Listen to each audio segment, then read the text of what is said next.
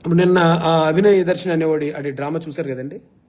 వాడి డ్రామాకు కూడా నేను ఆ వీడియోలో నాకు ఒక పెద్ద ఆయన పంపించాడు. అది దళితుల్లో ఒక పెద్ద నాయకుడు లాంటి వ్యక్తి, నేను చాలా గౌరవించే వ్యక్తి.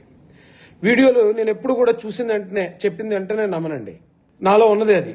ఆ రోజున ప్రవీణ్ పాగడాల గారి విషయంలో కూడా ఎవరెవరు ఏది చెప్పినా నేను నమ్మలేదు. అలాగే మీరు ఒకసారి చూసారా నిన్న ఆడు హాస్పిటల్ ఏమన్నాడు, అదే అభినయ్ దర్శన్ అన్నవాడు ఆడు ఏమన్నాడు అనుకుంటున్నారు? నాతో పాటు ఉన్న కుర్రలను అరెస్ట్ చేశారు, వాళ్ళని కొట్టేసి ఇదంతా మేమే చేయించామని చెప్పిస్తారు. చెప్పిస్తారు, ఎందుకంటే గవర్నమెంట్ కదా అంటున్నాడు. ఇది జరుగుతుంది కదా, చివరికి నా మీద వేసే ప్రయత్నం చేస్తారు. నా వాళ్ళని తీసుకెళ్లి మేమే చేసుకున్నామని చెప్తున్నారు. ఇప్పుడు పోలీసులు డబుల్ గేమ్ ఆడుతున్నారు. ఎంతవరకు ఇట్లా అన్యాయం చేస్తారు, ఎంతవరకు ఇలాంటి కుట్రలు చేస్తారు, ఏదైనా సృష్టిస్తారు. ఇప్పుడు అన్ని వాళ్ళ చేతుల్లో, నా చేతుల్లో ఏం లేదు కదా, ఒక సామాన్యుడిని అంతే. మొత్తానికి కుట్ర చేస్తున్నారు, లేని నింద నా మీద వేసే ప్రయత్నం చేస్తున్నారు. చేయనివ్వండి. అమ్మని అమ్మ మీ తెలివితేటలరా. నిజంగా అమాయకులు ఉంటారండి, క్రిస్టియానిటీలో అమాయకులు ఉన్నారండి. వాళ్ళు ఏంటంటే దేవుడు ఏం చెప్తే అది, పాస్టర్ గారు ఏం చెప్తే, ఈయన పాస్టర్ అన్నారు అనుకోండి, అతను పాస్టర్ కాదని కూడా చూడరు. ఇతను పాస్టర్ కాదా, ట్రైనింగ్ చేశాడా లేదా, ఇతను లైఫ్ ఎలాగుంది, ఇతను పర్సనల్గా విలువలతో బతుకుతున్నాడా లేదా, ఏం అక్కర్లేదండి పాపం వాళ్ళకి. పాస్టర్ గారు అంటే అంతే దండం పెడేస్తారు. అడేమన్నాడండి, మా వాళ్ళతో అలా చెప్పిన అవసరమైతే నన్ను కూడా అరెస్ట్ చేసి నన్ను కూడా కొట్టించి ఇదంతా నేనే చేయించుకున్నాను నాతో కూడా చెప్పిస్తారా అన్నాడు. సో నేను ఒకటే చెప్తున్నా, ఇప్పుడు నాతో ఉన్న వాళ్ళు నేనే చేయించానని చెప్పినా లేదా మేమే చేశామని చెప్పినా, 4 దెబ్బలు లాఠీ దెబ్బలు నన్ను పోలీస్ స్టేషన్ తీసుకెళ్ళి కుట్టినా నేను కూడా నేనే చేశానని ఒప్పుకుంటా. ఎందుకంటే పోలీస్ దెబ్బలు అంటే ప్రపంచంలో ఎవరికైనా భయమే. కాబట్టి నన్ను తీసుకెళ్లి కొట్టినా నేనే చేశానని ఒప్పుకోగలుగుతా, భయపడి. నీ అమ్మ ఈ తెలివితేటలు నిజంగా చదువుకోవడానికి లేకపోతే ఏదైనా బాగుపడడానికి ఉపయోగించి ఎంతో బాగుపడుతున్నాడు బాబుళ్ళు. అంత ఎదవలాళ్ళు. నేను మీకు ఒక విషయం చెప్తానండి. ఈ విషయం నాకు ఎప్పుడైతే ఫోటోలు పెట్టినప్పుడు నేను మా గ్రూప్లో మరి మా వాళ్ళు ఉంటారు కదా, మా జనకుర్రాళ్ళు కంగారు పడతారండి. అరే ఇలా వచ్చింది ఇది పరిస్థితి అని నేను ఒకసారి పెట్టాను, అది చూపిస్తానండి. నేను ఏం పెట్టాను వెంటనే కనిపెట్టానండి. ఎందుకంటే వీడియోలు చూసిన వెంటనే తెలిసిపోతాయి కదండి. ఈ వీడియోలు పెట్టాను, డ్రామా ఆడిన వీడియోలు కింద చూడండి. ఇదే నిజం అయితే మనం సపోర్ట్ చేద్దాం, కానీ ఇది డ్రామా అయితే క్రిస్టియానిటీ మరింత హేళనకు గురవుద్దని అదే రోజు 18వ తారీఖు 3:15కి పెట్టానండి. నేను పెట్టిన తర్వాత నేను మరికొన్ని పాయింట్లు కూడా అడిగాను సార్ ఇక్కడ. ఎందుకంటే ఇదే నేను పబ్లిక్గా కూడా అడుగుతున్నాను. అడిగిన వెంటనే ఏం చేస్తారంటే వీళ్ళు కూటమి ప్రభుత్వంలో ఉన్నాడు కాబట్టి క్రిస్టియన్స్కి వ్యతిరేకంగా మాట్లాడుతున్నాడు అని మొదలెడతారు, నా మీద పార్టీ ముద్ర వేసేస్తారండి. ఇక్కడ చూడండి, వీడియోలన్నీ కట్టలు ఉన్నాయి. అసలు రోడ్డు పై నుండి కారు తొప్పల వైపుకి ఎందుకు వెళ్ళింది, వీడియో తీస్తున్నారని తెలిసినా వాళ్ళు ఇతని ఫోన్కి ఎందుకు లాక్కోలేదు. ఇప్పుడు చంపడానికి వచ్చారండి వాళ్ళు చంపడానికి వచ్చిన వాళ్ళు వాళ్ళ మొఖాలు తెలియకుండా మాస్కులు వేసుకుని అలాగే అవి పెట్టుకుని వచ్చారు, గ్లౌజులు వేసుకుని. అన్ని జాగ్రత్తలు తీసుకున్న వాళ్ళు ఎవరో వీడియో తీస్తుంటూ వదిలేస్తారా? అది కావాలని దించుకున్నట్టే కదండి ఉంది. నేను అది చెప్పాను ఇక్కడ. కారులో నుండి తను దింపి దూరంగా తీసుకెళ్లి పడుకోబెట్టి ఏదో చేస్తున్నారు. కట్ చేస్తే లేచి నిలబడ్డాడు, అప్పుడు డ్రెస్ బాగానే ఉంది. మళ్ళీ కట్ చేస్తే బట్టలు చిరిగిపోయి పడిపోయి ఉన్నాడు. అది నాకు అర్థం కాలేదు. జనం ఇప్పటి వరకు అలాగే స్పాట్లో ఉంచారు, హాస్పిటల్కి తీసుకెళ్లే ప్రయత్నం చేయలేదు. జనం వచ్చే వరకు ఎందుకంటే మళ్ళీ రక్తి కట్టాలి కదండి సీను. జనం వస్తే పాపం వాళ్ళు అందరూ ఆదివాసీలు, వాళ్ళకి తెలీదు. అరే నిజంగా ఎవరినో చంపారండి, నిజంగా ఎంత ప్లెయిన్గా ఏడ్చారండి. నాకు ఎంత బాధ అనిపిస్తుంది, నిజంగా మంచోళ్ళని ఎంత దారుణంగా మోసం చేయొచ్చా అని. వాళ్ళ ఇంట్లో సొంతోళ్ళకి ఏం జరుగుతుంటే బాధపడతారో అంతలా ఏడ్చారండి పాపం వాళ్ళు, అక్కడ ఉన్న ఆదివాసీలందరూ. వాళ్ళ అక్కని ఒకరు వీడియో రిలీజ్ చేశారు, ఆమె ఏమాత్రం బాధపడలే. మీరు చూడండి, ఆవిడేమంటుంది, మా వాడికి రాజకీయంగా మీరు సపోర్ట్ చేయాలి, మా వాడిని తీసుకెళ్లారు, కావాలంటే కొన్ని వీడియోలు మీకు ఇక్కడ అటాచ్ చేస్తానంటుంది. నేనండి మీ అభినయ్ దర్శన్ వాళ్ళ సిస్టర్ని మాట్లాడుతున్నాను.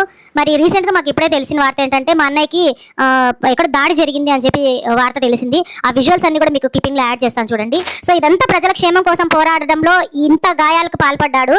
సో మీరందరూ కూడా రియాక్ట్ అవ్వండి, ప్రజల కోసమే కదా ఇదంతా చేసింది. అరే తమ్ముడి మీద దాడి జరిగి తమ్ముడిని చంపేపోతుంటే, తమ్ముడు చావు బతుకుల్లో ఉంటే టగటగా లేసి పరిగెట్టుకు వస్తారు కానండి.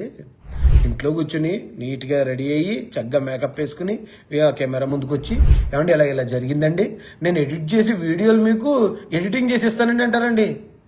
నాకు తెలీదండి, నాకు అప్పుడే అర్థమైపోయిందండి ఇది డ్రామా అని. ఇది ఎప్పుడు నేను అదే రోజు చెప్పానండి, 18వ తారీఖే. మహా అన్నట్లు ఉన్నారండి బాబు ఇక్కడ. నేను పూర్తిగా పరిశీలించాను, నాకు ఈ అనుమానాలు వచ్చాయి. ఎందుకంటే గతంలో ఎర్రప్పగాడు కూడా ఇలాంటి స్కెచ్ చేశాడు, పైగా ఇతను సినిమా యాక్టర్.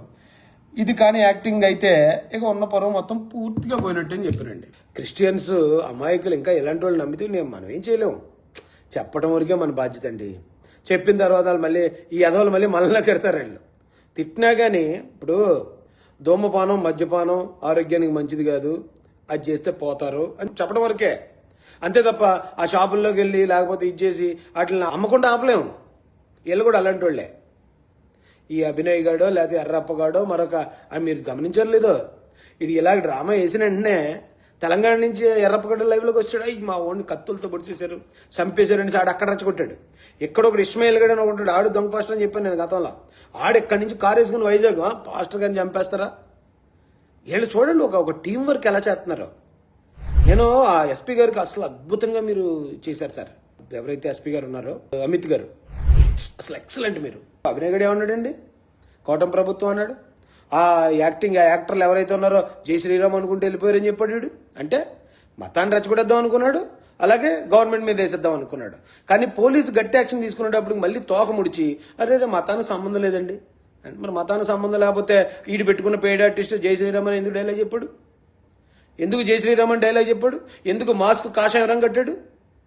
దొంగ నా కొడుకులండి వీళ్ళు. లేదా అతను ఎవరో వచ్చా మాట్లాడుతున్నాడా, అతను గాయపరుచుకున్నాడు తప్ప ఎవరిని గాయపరచలేదు క్షమించండి అని. అతను గాయపరుచుకున్నది ఎంతో మంది ప్రాణాలు తీయించేద్దామని కాన్స్పిరసీ. అది ఆడికాడు వెళ్ళిపోయి గోడకేసి తల బాదుకుంటే ఓకే ఆడేదో చేసుకున్నాడు అనుకుంటాం, లేదా ఆడికాడు ఏదైనా కత్తితో కోసేసుకుంటే పోతే ఆడిపోతాడు అనుకుంటాం. కానీ కొంతమంది కుర్రోళ్ళకి హిందువులు గెటప్లేసి జై శ్రీరామ్ నినాదాలు చెప్పించి వాళ్ళు కొట్టారని క్రియేట్ చేసుకుని ఇది తీసుకెళ్లి మొత్తం మీడియాలో వీడియోలు పెడితే మరి క్రిస్టియన్ నిజంగా అది నిజం అనుకుని ఉంటుంటే, నిజంగా హిందువులు ఏంటి అత్తమాట మా మీద మాటికి ఏంటి రచ్చమాకు, అప్పుడెవరో ఆయన ఎవరో అలాగైనప్పుడు ఎలాగన్నారు, ఇప్పుడేమో ఈడు ఎలాగైనప్పుడు ఎలాగ అన్నారని వాళ్ళ కోపం వచ్చి ఉండుంటే. చాలా పెద్ద కేసు ఇది వీళ్ళ డ్రామాలో. ఆడు మీరు చూడండి ఒకసారి, ఫస్ట్ ఒక ఆవిడని పెళ్లి చేసుకున్నాడట, ఆవిడని వదిలేశాడు.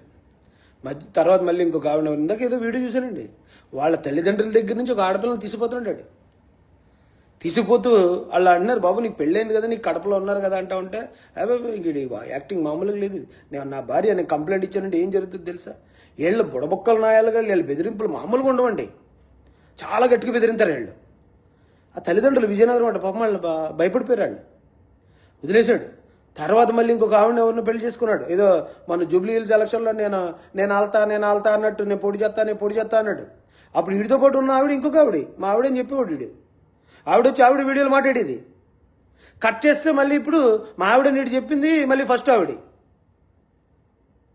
వీళ్ళు పాస్టర్లు ఇలాంటి వాడిని కూడా పిలిచి కొంతమంది పాస్టర్లు మీటింగ్లు పెడుతుంటే షాక్ అయిపోయాడు నేను.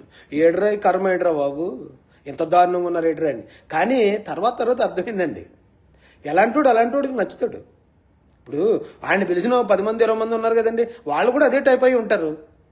ఏ గూటి పక్షి ఆ గూటికే చేరుతుంది. ఇక ఆ గూటి పక్షులు మనం ఎలా జరగొడతాం లేరా పోన్లేని వదిలేశాను నేను. వీళ్ళ గురించి మాట్లాడడం వల్ల ఆ క్రిస్టియన్స్కి వ్యతిరేకంగా మాట్లాడుతున్నాడు రాజేష్, ఇటు వీళ్ళు చేసి అదో పనులు బయట చెప్తేని. మరి అక్కడ జరిగింది యాక్సిడెంట్ రా బాబు అన్నందుకు క్రిస్టియన్స్కి వ్యతిరేకంగా క్రిస్టియన్ ద్రోహినట్టండి నేను. వాళ్ళ గురించి మాట్లాడి దాదాపు నా మీద ఉన్న కేసులు 10 కేసులు అయ్యాయి. క్రిస్టియన్ ఆస్తుల కోసం, ఆ రాజమండ్రిలో మీద జరిగిన దాడి ఆ క్రిస్టియన్ ప్రాపర్టీ కోసం.